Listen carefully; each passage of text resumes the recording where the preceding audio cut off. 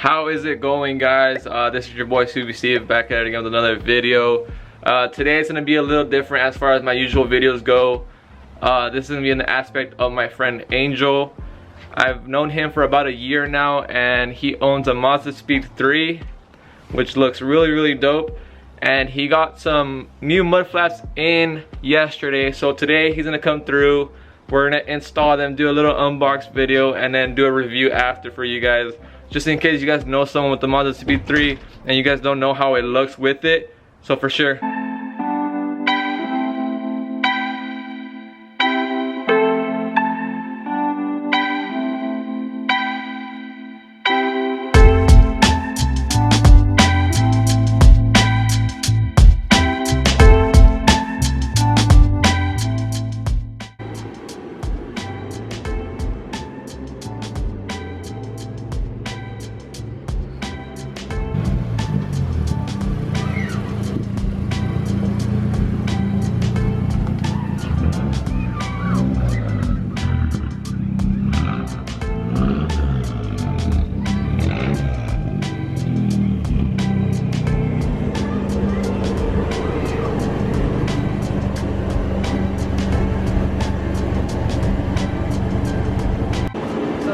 What's up, bro?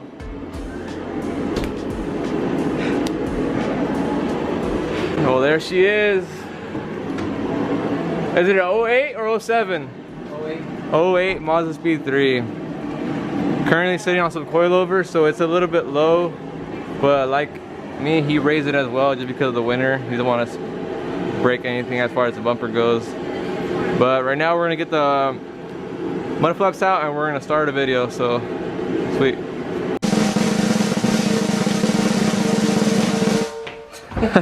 What's up, bro? What up, bro? So for all you guys that don't know him, he is Kyle. He's one of my bestest friends. He's been there since 7th grade and he's still here. He's actually my roomie, so what's up? This is Angel and this is his MazdaSpeed 3.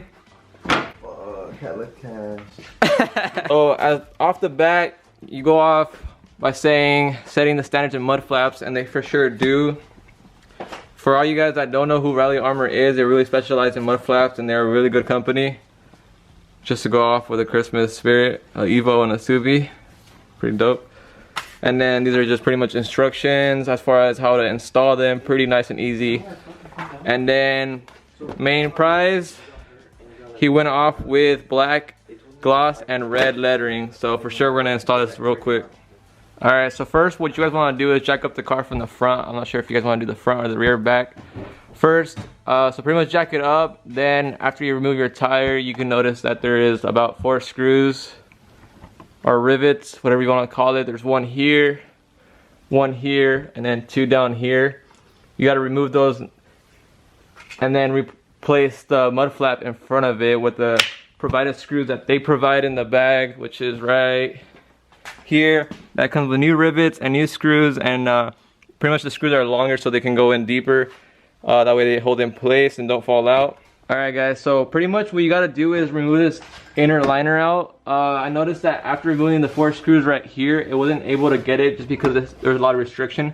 And removing these 2 rivets over here made it a ton easier as far as that goes. And then after you remove this, you get these little pieces behind the little frame on the back. That way you can screw in the nails through this, because then it will start threading it in and hold it in place really good. Alright guys, so the mud flaps are in as far as the front driver's side. One thing was that we had to wiggle the top one as far as the fitment goes. It's just a little bit off, but as soon as it starts threading in, it goes in easy. And then as far as this one over here, there's no holes for this one. So what you gotta do is, with the provided little rivet it comes with, this little shape, the screw literally just goes in and then just starts catching in with the threads. And then literally what you do have to do is get a drill bit and drill through the inner liner, just because you want to start it off with the thread.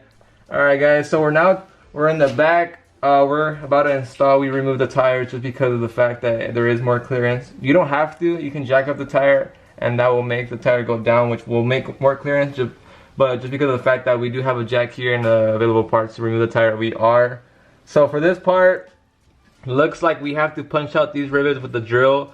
You can start with a 1/4 inch drill or like a drill bit, like a smaller diameter, and work your way up so that way it doesn't slip itself out or make a horrible thread. So for sure, start with the smaller drill bit and then gradually get bigger to the point where you're able to punch these out. After you punch both of these out, there's one underneath the car, and you can take that off with a Phillips screwdriver, I believe. And then after that, you get the provided equipment as far as what it comes with. It comes with an L bracket, and that will be sitting underneath down here, and then the provided screws that will sit right here. So for sure, I'll show you guys after or in between that way you guys can see how that goes. Alright guys, so what I was telling you about drilling the rivets out, this is pretty much what it is. As you can see, there's one right here that came out already. So this is the second one. I just want to show you guys how it is. So pretty much you start off slow, you work your way in, don't go fast because then you can slip out. And then as you go, you can start going a little bit quicker.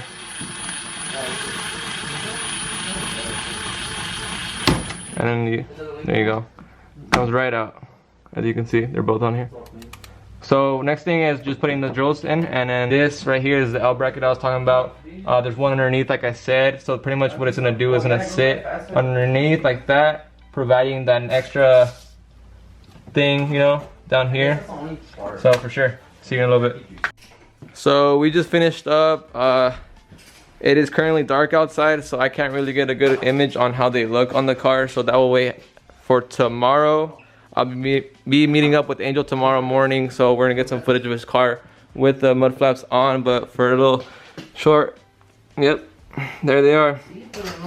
Pretty dope. See you guys tomorrow.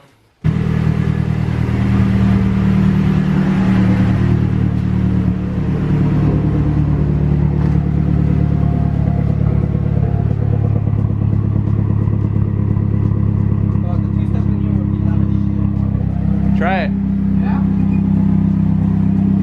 Yeah, try it.